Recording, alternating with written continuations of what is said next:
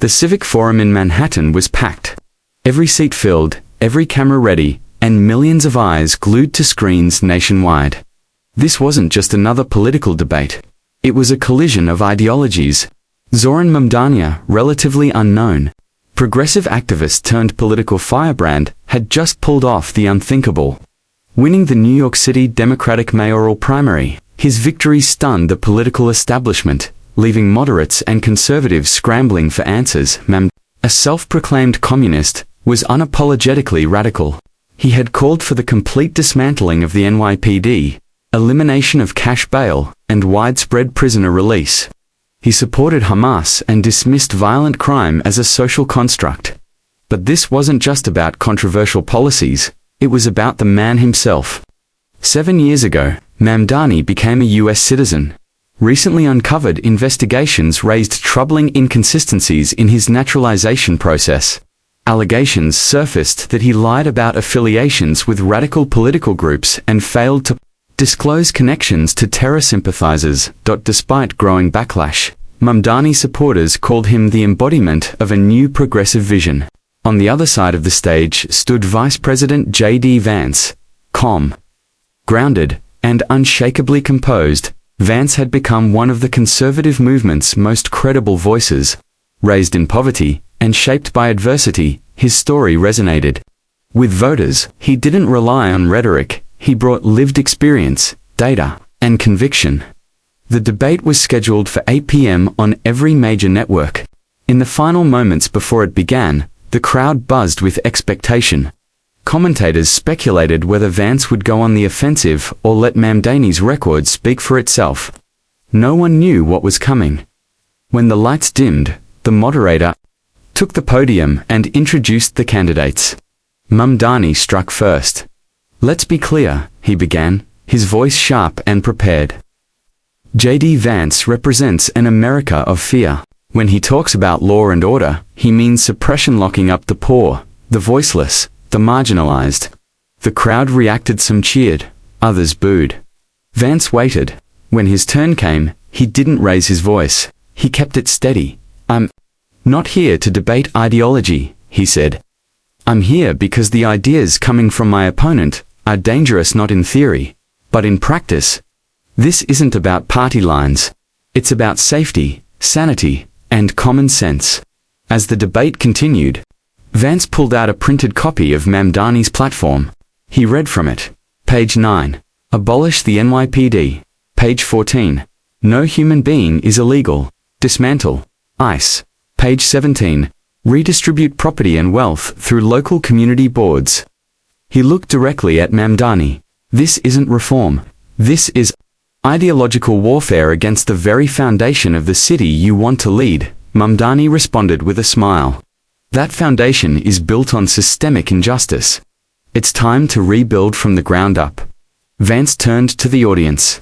"You know what redistribution looks like under this plan. Higher taxes in whiter, wealthier neighborhoods. That's not justice. That's racism." The crowd shifted. The energy thickened. Then Vance reached into his coat and took out a worn photograph. "This is Matthew, my cousin. Shot in the chest outside a gas station in Middletown, Ohio. He was 22. His killer was caught. Do you know who caught him? A police officer. Not a neighborhood committee, not a community board. A cop." Silence spread across the room. Under Mr. Mamdani's vision, that officer wouldn't exist. That killer might have been released. Mamdani tried to respond, but the moderator intervened. Vance pressed on. "We're not here to destroy what works. We're here to fix what doesn't. But you don't fix a leaky faucet by burning down the house." He looked at Mamdani. "You say you fight for the people, but when the dust settles, it's the people who suffer. Your policies might sound good in a classroom, but on the streets of New York, they get people killed." He paused. "I don't want applause. I want a city where someone like Matthew doesn't die before he gets a second chance." The line landed like a gut punch. It echoed beyond the room, beyond the cameras. Within an hour, the clip had gone viral. Hashtags like #VanceTruth and #SayHisName, Matthew trended. By morning, major networks were replaying the moment on loop. What began as a debate became a cultural reckoning. The second segment began, but the emotional weight lingered. The moderator asked the candidates for their plans on public safety that balanced justice and law enforcement. Mamdani was first. Loud and assertive, he said, "Public safety doesn't come from cages. It comes from dignity, from equity, from abolishing violent institutions like the NYPD and ICE, and investing in community trust. The police have failed. ICE has failed. The prison industrial complex has failed. It's time for communities to lead." The applause was lighter than before. Then Vance spoke again. "I believe in dignity too. But dignity doesn't come when a mother has to drag her child away from gunfire.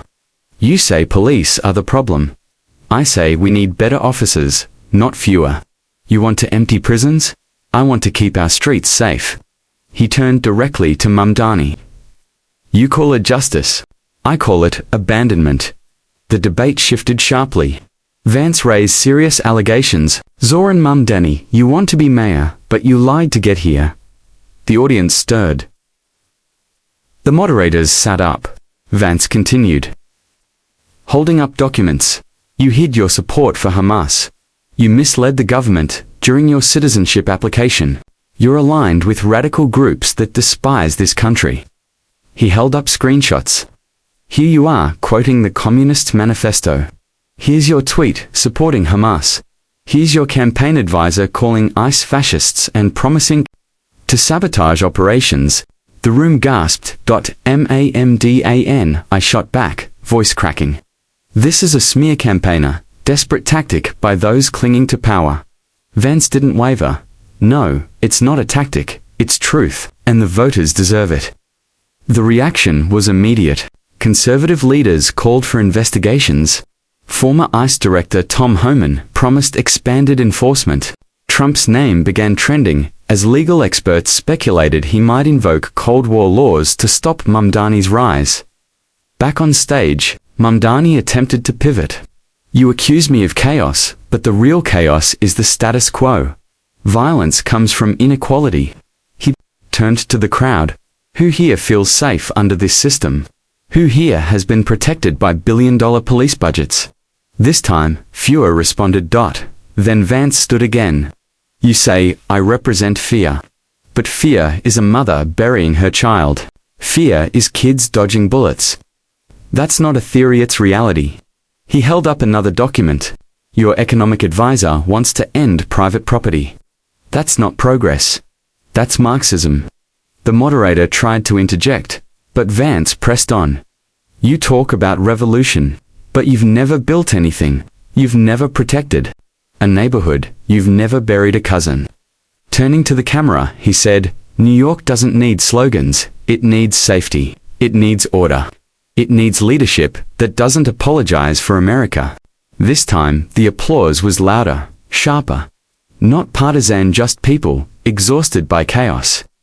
Responding to clarity, Mamdani tried again. "This is about the oppressed reclaiming power." But the crowd didn't respond. Vance stepped forward. "That's true. Why do your policies protect powerful criminals more than they protect struggling families?" Silence followed. The moderator closed the segment. But the moment had already left its mark. By morning, every major outlet had replayed Vance's closing remarks. His phrase, "People are tired of surviving, they want to live," was already being quoted as a defining message in neighborhoods. Across New York, small business owners talked about the debate over coffee. One longtime Democrat muttered, "I never thought I'd say this, but that Vance guy made sense." Mamdani's campaign was in crisis mode. A top aide leaked frustration. "We walked in planning to set the place on fire. Instead, we got lit up." Vance, meanwhile, returned to Washington. No media tours, no gloating, just silence, and that silence made him stronger. ICE began quiet raids in NYC, targeting violent offenders. Law enforcement ramped up coordination. Vance issued a brief statement. "We have laws for a reason." Mamdani went on CNN, trying to reframe the moment. J.D. Vance is weaponizing grief to stop progress. But even progressive hosts hesitated.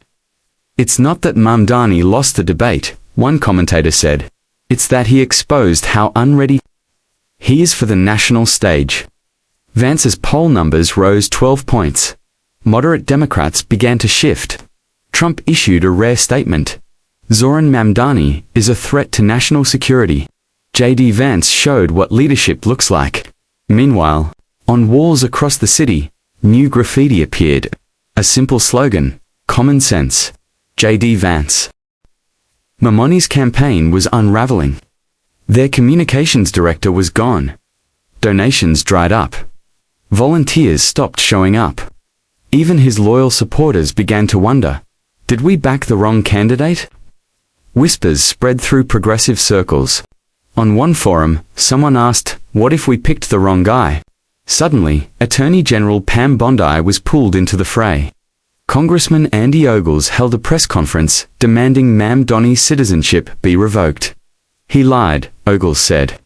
About Hamas, about communism, about who he really is.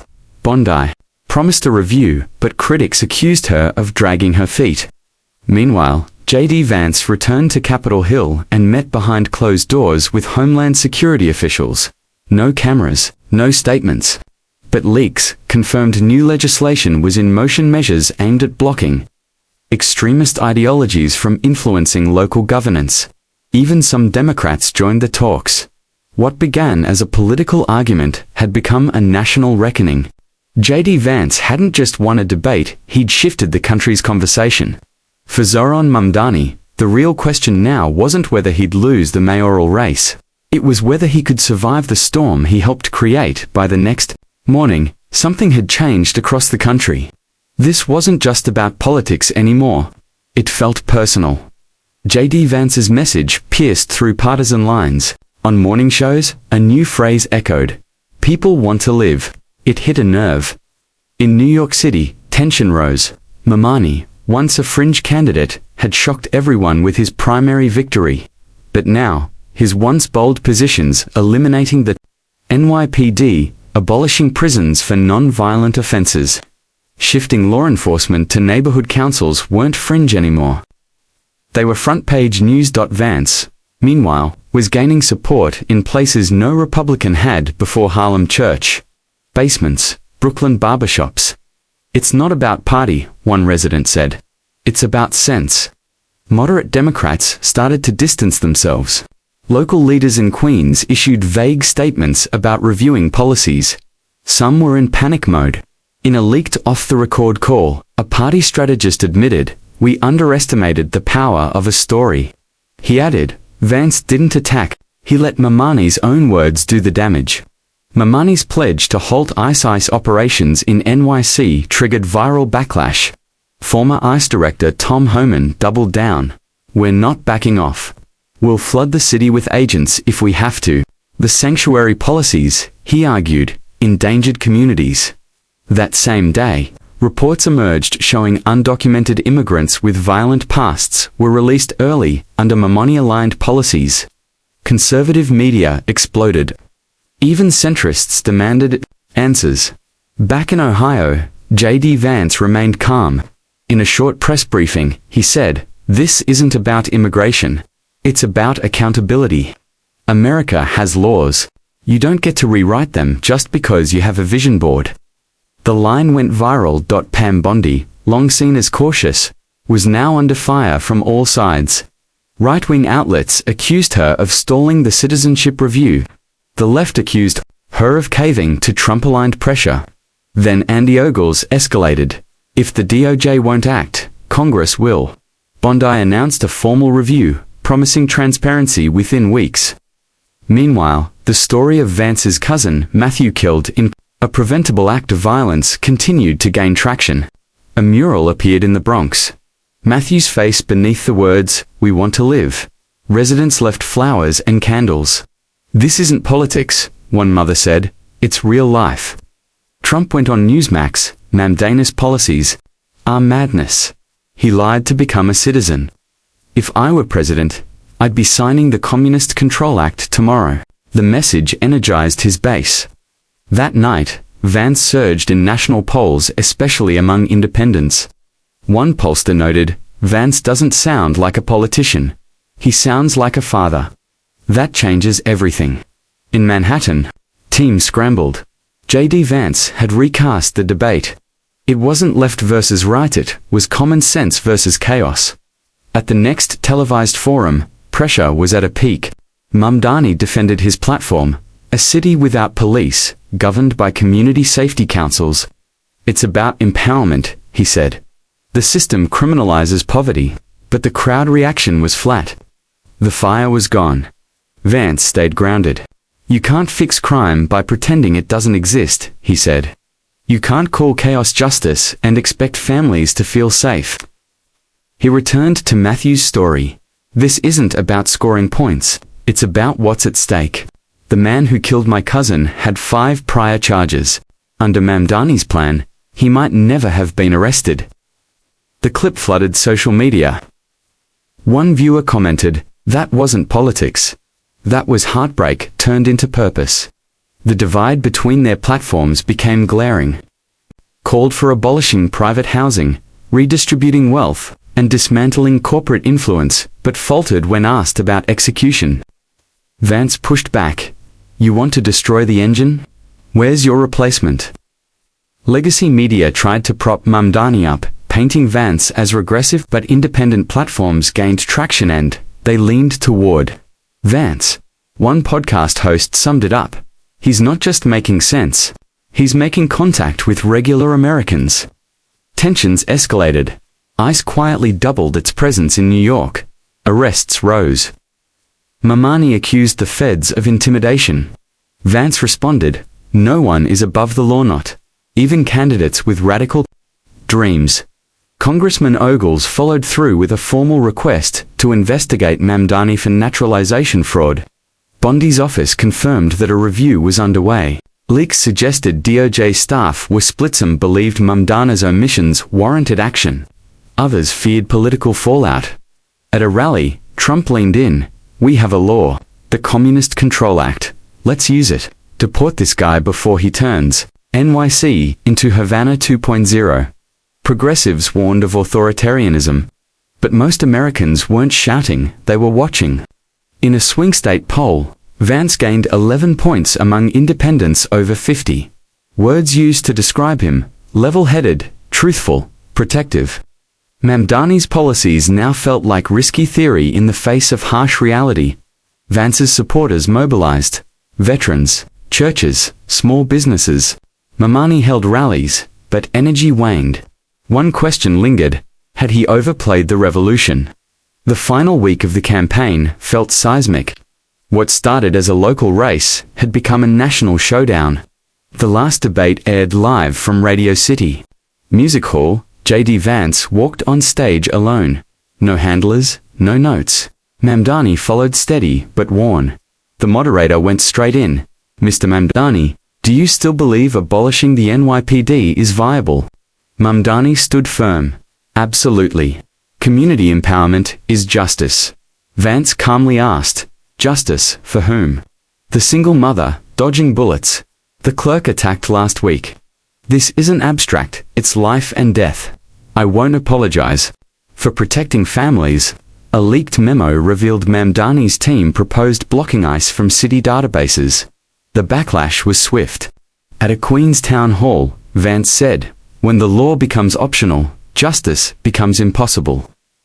Bondi, under pressure, announced the DOJ would formally investigate Mamdani's naturalization. "Transparency and truth," she said, "aren't partisan, they're American." Suburban boroughs flipped. Minority voters with small businesses or families affected by crime broke ranks. "I followed the law," one Latina shop owner said. "Why protect criminals while we get robbed?" Mamdani released an emotional ad, filmed in a mosque. He shared his story from Uganda to the US. "I came for freedom," he said, "and I'll keep fighting for those still seeking it." But replies were mixed. One viral comment read, "You came for freedom, and now want to dismantle the system that gave it to you." As precincts reported in, the race was close. But by night's end, it was clear, J.D. Vance had won not by a landslide, but by enough to shatter the idea that radical progressives were untouchable. Mamdani didn't concede immediately. He blamed misinformation, federal interference, systemic bias. But under growing pressure, he stood outside City Hall 2 days later. "I fought hard, I lost, but the movement continues." Vance didn't celebrate. In a short statement, he said, "This wasn't a win for me. It was a win for every New Yorker who wants their city back." Now the hard part begins. Rebuilding. Clips of the debates became teaching tools. The Matthew moment was studied. Vance's calm conviction had struck deeper than any slogan. Calls grew for him to run for higher office. Trump praised him. JD has the fire of truth. America needs more like him. Mamdani faded from the spotlight, returning to grassroots activism. His supporters vowed to try again. A new mural went up in the Bronx, two silhouettes, one holding a megaphone, the other a photo. Beneath them, "Don't just shout, speak truth." Because in the end, that's what broke through.